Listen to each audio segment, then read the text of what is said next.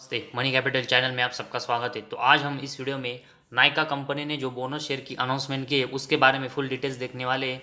तो सबसे पहले हम कंपनी के रिलेटेड जो बोनस की अनाउंसमेंट है उसके बारे में इंफॉर्मेशन देखेंगे और इन्वेस्टमेंट की नज़र से इस कंपनी का जो शेयर है वो कैसा है उसके बारे में भी इस वीडियो में फुल डिटेल्स देखने वाले हैं। तो सबसे पहले हम बोनस शेयर के बारे में इंफॉर्मेशन देखते हैं। Bonus issue of equity shares in the proportion of 5 fully paid up equity share face value 1 rupees each for every 1 fully paid up equity shares face value 1 rupees each held by the shareholders of the company। तो ये company आज हमें 5:1 का जो ratio है उसमें bonus share की announcement करते हुए देखने को मिली है। इसका मतलब अगर हम देखेंगे तो जिनके भी पास इस कंपनी के एक शेयर होंगे उनको हमें ये कंपनी 5 शेयर यहाँ पर बोनस में देते हुए देखने को मिलेगी। तो एक के बदले में 5 शेयर मिलना यहाँ पर कंपनी के शेयर होल्डर के लिए हमें बहुत ही बड़ी और एक अच्छी खबर देखने को मिली है, जिसकी वजह से आज हमें नायका इस कंपनी का जो शेयर है उसमें भी एक अच्छी तेज़ी देखने को मिली है। तो एक के बदले में 5 शेयर इस कंपनी के बोनस में मिलने वाले ये बहुत ही अच्छी अनाउंसमेंट है। लेकिन सिर्फ बोनस की वजह से हम किसी भी कंपनी में यहाँ पर इन्वेस्टमेंट नहीं कर सकते। कंपनी के जो परफॉर्मेंस है वो भी अच्छे होने चाहिए, तभी हम यहाँ पर किसी कंपनी में यहाँ पर इन्वेस्टमेंट करेंगे। तो कंपनी ने जो बोनस शेयर की अनाउंसमेंट की है वो बहुत ही अच्छी देखने को मिली है, लेकिन कंपनी के परफॉर्मेंस है वो भी देखना ज़रूरी है। तो सबसे पहले हम कंपनी का जो शेयर का चार्ट है वो देखेंगे। तो कंपनी का जो शेयर है वो 2400 रुपीज़ के ऊपर हमें जाते हुए देखने को मिला था, लेकिन इसके बाद अगर हम देखेंगे तो कंपनी का जो शेयर है उसमें कंटिन्यूस यहाँ पर डाउनफॉल देखने को मिला और कंपनी का जो शेयर है वो अभी हमें 1300 रुपीज़ के आसपास ट्रेड करते हुए देखने को मिला। तो कंपनी का जो शेयर है वो हमें हाई से अभी आधे पर यहाँ पर ट्रेड करते हुए देखने को मिला है। तो इसकी वजह से एक करेक्शन में अभी कंपनी का शेयर ट्रेड कर रहा है, जो कि एक बहुत ही अच्छी बात है। लेकिन कंपनी के बाकी परफॉर्मेंस है वो भी देखना जरूरी है कि कंपनी उसमें कैसा यहाँ पर परफॉर्मेंस कर रही है। इसके बाद प्रॉफिट एंड लॉस स्टेटमेंट के बारे में हम इंफॉर्मेशन देखेंगे। तो इस कंपनी की जो इन्फॉर्मेशन है वो 2018 से हमें देखने को मिली है। तो उसमें सबसे पहले हम कंपनी का जो सेल्स है उसके बारे में इंफॉर्मेशन देखेंगे। तो मार्च 18 में कंपनी का सेल्स 574 करोड़ का था। इसके बाद ये बढ़कर अगले साल 1111 करोड़, इसके बाद बढ़कर 1700 करोड़, इसके बाद बढ़कर 2400, मार्च 22 में और बढ़कर 3700 तक कंपनी का सेल्स गया है और ट्रेलिंग 12 मंथ्स में 4100 करोड़ के ऊपर कंपनी का सेल्स गया है। तो कंपनी की जो सेल्स की ग्रोथ है वो मार्च 18 से लेकर अभी हम ट्रेलिंग 12 मंथ्स या फिर मार्च 22 तक देखेंगे तो बहुत ही अच्छी ग्रोथ कंपनी ने सेल्स में की है। और उस सेल्स के कंपेरेटिव अगर हम कंपनी का एक्सपेंस देखेंगे तो मार्च 18 को छोड़कर कंपनी का जो सेल्स है वो हमें उसके बाद कंटिन्यूस एक्सपेंस के कंपेरेटिवली ज़्यादा देखने को मिला है, जिसकी वजह से कंपनी का ऑपरेटिंग प्रॉफिट मार्च 19 में 21 करोड़ का था, वो अभी हमें ट्रेलिंग 12 मंथ्स में 182 करोड़ और मार्च 22 में 164 करोड़ तक बढ़ते हुए देखने को मिला है। तो कंपनी का ऑपरेटिंग प्रॉफिट की जो ग्रोथ है वो भी यहाँ पर एक अच्छी देखने को मिली है। और उसके साथ ही में अगर हम कंपनी का ऑपरेटिंग प्रॉफिट मार्जिन देखेंगे तो ये हमें 2 से लेकर मैक्सिमम यहाँ पर 6% के आसपास ही देखने को मिला है और ट्रेलिंग 12 मंथ्स और मार्च 22 में सिर्फ 4% का देखने को मिला है। तो कंपनी का जो ऑपरेटिंग प्रॉफिट मार्जिन है वो ज़रूर यहाँ पर प्लस में, लेकिन इसकी जो ग्रोथ है वो बहुत ही कम हो रही है। लेकिन इसी वजह से कंपनी को अपना जो ऑपरेटिंग प्रॉफिट मार्जिन है उसकी ग्रोथ आने वाले साल में बढ़ानी पड़ेगी ताकि कंपनी की एक अच्छी ग्रोथ हो। और उसके बाद कंपनी का नेट प्रॉफिट है उसके बारे में हम इंफॉर्मेशन देखेंगे। तो उसमें मार्च 18 में कंपनी का जो नेट प्रॉफिट है वो -28, इसके बाद -25 और -16 का देखने को मिला है। लेकिन अगर हम पिछले 2 साल में देखेंगे तो कंपनी हमें नेट प्रॉफिट में देखने को मिली और कंपनी का नेट प्रॉफिट 62 करोड़ और 41 करोड़ का देखने को मिला है। लेकिन मार्च 21 के कंपेरेटिवली 22 में कंपनी का जो नेट प्रॉफिट है वो भी थोड़ा सा कम हुआ है। और इसके साथ ही में कंपनी का ईपीएस है वो अगर हम देखेंगे तो पहले 3 साल में कंपनी का ईपीएस भी लॉस मेकिंग था, जो कि मार्च 21 में ये 40 और मार्च 22 में ये फिर से 1 के आसपास देखने को मिला है। तो कंपनी का जो ईपीएस है उसमें भी एक बड़ा डाउनफॉल मार्च 21 के कंपेरेटिवली 22 में हुआ है।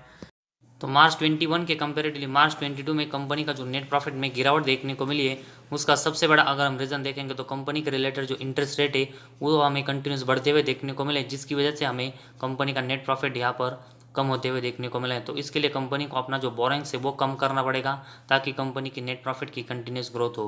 तो फिलहाल कंपनी नेट प्रॉफिटेबल है, इसकी वजह से एक छोटी इन्वेस्टमेंट के बारे में अभी हम सोच सकते हैं क्योंकि सिर्फ 2 ही साल कंपनी अभी नेट प्रॉफिटेबल है। इससे पहले कंपनी हमें 3 साल लॉस मेकिंग देखने को मिली थी, जिसकी वजह से एक लॉन्ग टर्म के नज़र से बड़ी इन्वेस्टमेंट के बारे में अभी हम नहीं सोच सकते। इसके बाद कंपनी की बैलेंस शीट है उसके बारे में इंफॉर्मेशन देखेंगे तो उसमें कंपनी के पास हमें मार्च 22 में 1292 करोड़ के रिजर्व देखने को मिले, जो कि मार्च 21 में 475 और उससे पहले अगर हम देखेंगे तो 296 थे। तो कंपनी अपने जो रिजर्व की ग्रोथ है वो कंटिन्यूस बढ़ा रही है। तो कंपनी के जो रिजर्व बढ़ रहे हैं वो कंपनी के परफॉर्मेंस के लिए एक बहुत ही पॉजिटिव साइन है। और उसके कंपेरेटिवली कंपनी का अगर हम बोरिंग्स देखेंगे तो ये 593 करोड़ का मार्च 22 में कंपनी के ऊपर है। तो कंपनी के ऊपर जितना बोरिंग्स है उसके कंपेरेटिवली कंपनी के पास ज़्यादा रिजर्व है, लेकिन कंपनी के जो बोरिंग्स अभी हमें पिछले 2-3 साल में बढ़ते हुए देखने को मिले, इसकी वजह से कंपनी का इंटरेस्ट रेट बढ़ रहा है, जिसकी वजह से कंपनी के नेट प्रॉफिट के ऊपर इम्पैक्ट आ रहा है। तो इसी वजह से कंपनी का जो यहाँ पर परफॉर्मेंस है वो स्टेबल होने के लिए कंपनी को अपना जो बोरिंग्स बढ़ रहे हैं वो भी कम करना पड़ेगा, ताकि कंपनी की जो नेट प्रॉफिट है वो अच्छे से बढ़े। तो फिलहाल कंपनी की जो बैलेंस शीट है वो स्टेबल देखने को मिली, सिर्फ कंपनी को जो बोरिंग्स बढ़ रहा है वो कम करना पड़ेगा। इसके बाद कैश फ्लोज के बारे में इंफॉर्मेशन देखेंगे तो मार्च 22 में -30, मार्च 21 में -34 हमें देखने को मिला, जो कि मार्च 20 में प्लस में था, लेकिन मार्च 19 में हमें माइनस में देखने को मिला था। तो पिछले 4 साल में 3 साल कंपनी का नेट कैश फ्लो यहाँ पर माइनस में है। तो इसी वजह से कंपनी को नेट कैश फ्लो प्लस में मार्च 20 की तरह जनरेट करना पड़ेगा, ताकि कंपनी का नेट कैश फ्लो प्लस में जनरेट हो और कंपनी के परफॉर्मेंस इंप्रूव हो। इसके बाद कंपनी के डेप्टर डेज के बारे में इंफॉर्मेशन देखेंगे तो मार्च 22 में कंपनी के डेप्टर डेज 9 है, जो कि कंपनी मार्च 18 से इसको कंटिन्यूस कम कर रही है, जो कि कंपनी के परफॉर्मेंस के लिए एक बहुत ही अच्छा पॉजिटिव साइन है। और उसके बाद कंपनी का इन्वेंटरी देखेंगे तो ये मार्च 22 में 150 है, जो कि मार्च 21 में 122 थे। तो कंपनी के जो इन्वेंटरीज है वो कंटिन्यूस हमें मार्च 18 से 100 के ऊपर देखने को मिले। तो कंपनी को इसको 100 के नीचे लाना पड़ेगा, ताकि कंपनी की एक अच्छी ग्रोथ हो रही है वो हमें यहाँ पर देखने को मिले।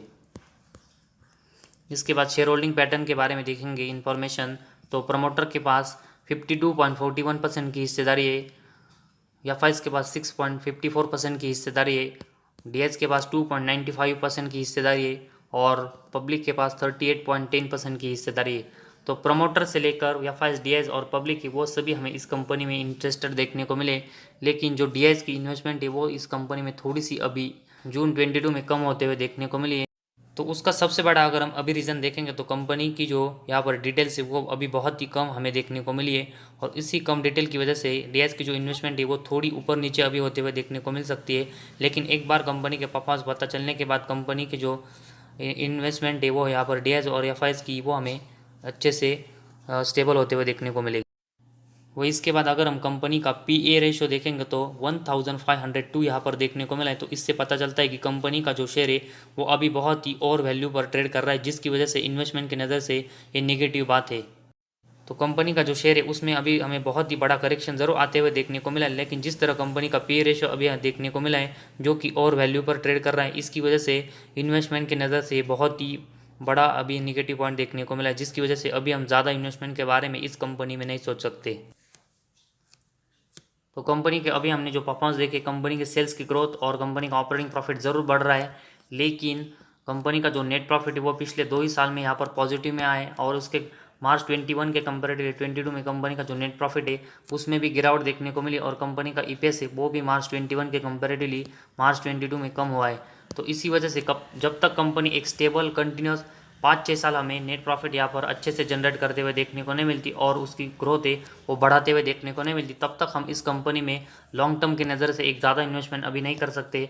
तो फिलहाल कंपनी की जो बैलेंस शीट है वो स्टेबल है, और कंपनी जो नेट प्रॉफिटेबल है, इसकी वजह से अभी हम इस कंपनी में छोटी इन्वेस्टमेंट कर सकते हैं, और साथ ही में कंपनी जो बोनस शेयर दे रही है उसकी वजह से एक छोटी इन्वेस्टमेंट अभी हम इस कंपनी में कर सकते हैं। लेकिन कंपनी का जो पे रेशियो और वैल्यू पर है, और उसके साथ ही में कंपनी के जो परफॉर्मेंस है वो अभी हमें मार्च 18 के बाद ही 3-4 साल ही यहाँ पर देखने को मिले। तो जब तक कंपनी के परफॉर्मेंस हमें अच्छे से और ज़्यादा साल यहाँ पर देखने को मालूम नहीं होते, तब तक हम इस कंपनी में ज़्यादा इन्वेस्टमेंट के बारे में नहीं सोच सकते। तो कंपनी जब हमें एक नेट प्रॉफिटेबल कंसिस्टेंट ग्रोथ करते हुए देखने को मिलती है तो ज़रूर हम इस कंपनी में एक अच्छी इन्वेस्टमेंट और लॉन्ग टर्म की नज़र से ज़्यादा इन्वेस्टमेंट करेंगे। तो फिलहाल इस कंपनी ने जो बोनस शेयर की अनाउंसमेंट की वो बहुत ही अच्छी देखने को मिली, लेकिन कंपनी के जो परफॉर्मेंस है वो अभी हमें ज़्यादा देखने को नहीं मिले। इसकी वजह से अभी हम इस कंपनी में ज़्यादा इन्वेस्टमेंट के बारे में नहीं सोच सकते, क्योंकि कंपनी अगर हमें फिर से ख़राब परफॉर्मेंस थोड़ा सा करते हुए देखने को मिलती है तो कंपनी के शेयर में हमें फिर से डाउनफॉल यहाँ से और होते हुए देखने को मिल सकता है। तो इसी वजह से कंपनी की जो बैलेंस शीट थोड़ी स्टेबल है। कंपनी नेट प्रॉफिटेबल है और कंपनी जो बोनस शेयर की अनाउंसमेंट की है उसकी वजह से एक छोटी इन्वेस्टमेंट अभी हम इस कंपनी में कर सकते हैं और आने वाले दिनों में कंपनी के परफॉर्मेंस कैसे होंगे उसके ऊपर डिपेंड होगा कि हम इस कंपनी में शेयर होल्डिंग बढ़ाएंगे या फिर नहीं। तो फिलहाल आज हमारे इस वीडियो में बस इतना ही। अगर आपको हमारा वीडियो पसंद आया तो इस चैनल को ज़रूर सब्सक्राइब कीजिए।